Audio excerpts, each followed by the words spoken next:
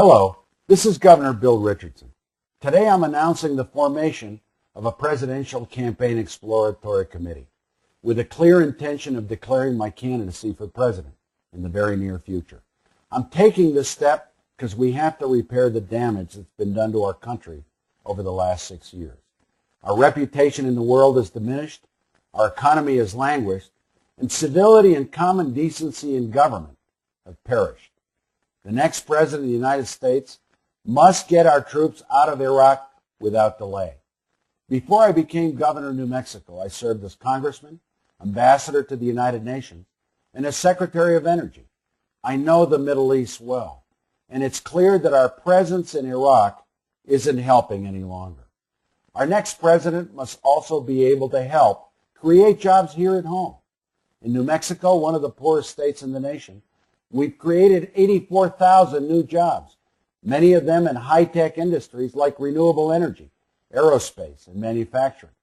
We've done that with innovative approaches like a tax credit for companies that create good-paying jobs, tax incentives for startup high-tech businesses, targeting job creation in rural areas. We've made substantial investments in public education and healthcare, and we've done it while balancing the budget and cutting taxes. Fiscal discipline is a big part of sustained economic growth, the kind of growth that creates good jobs and actually reduces poverty. Our next president must be able to start reversing global warming and make real progress on energy independence, and that means making a real commitment to renewable sources of energy and conservation. As Energy Secretary, I increased efficiency standards and saved billions in energy costs.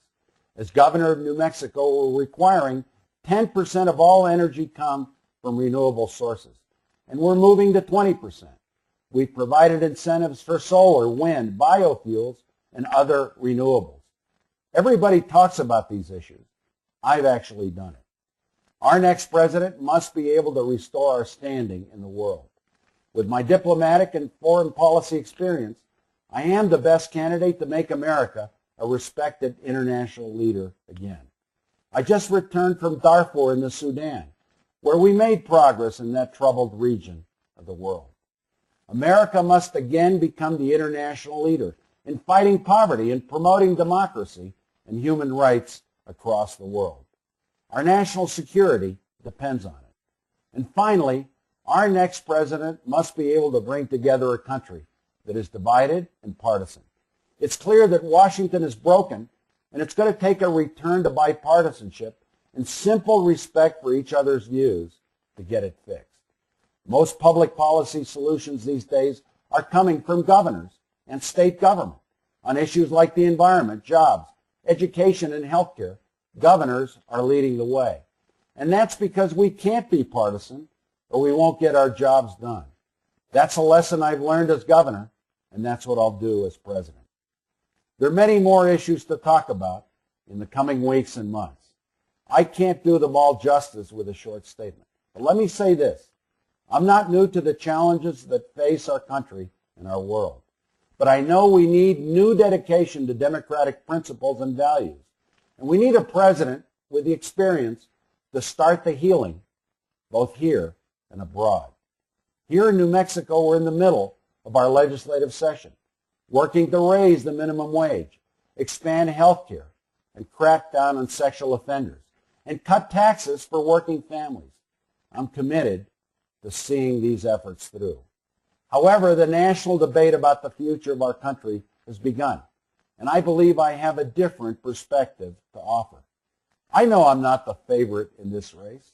As an underdog and governor of a small western state, I will not have the money that other candidates will have. However, I believe these serious times demand serious people who have real-world experience in solving the challenges we face.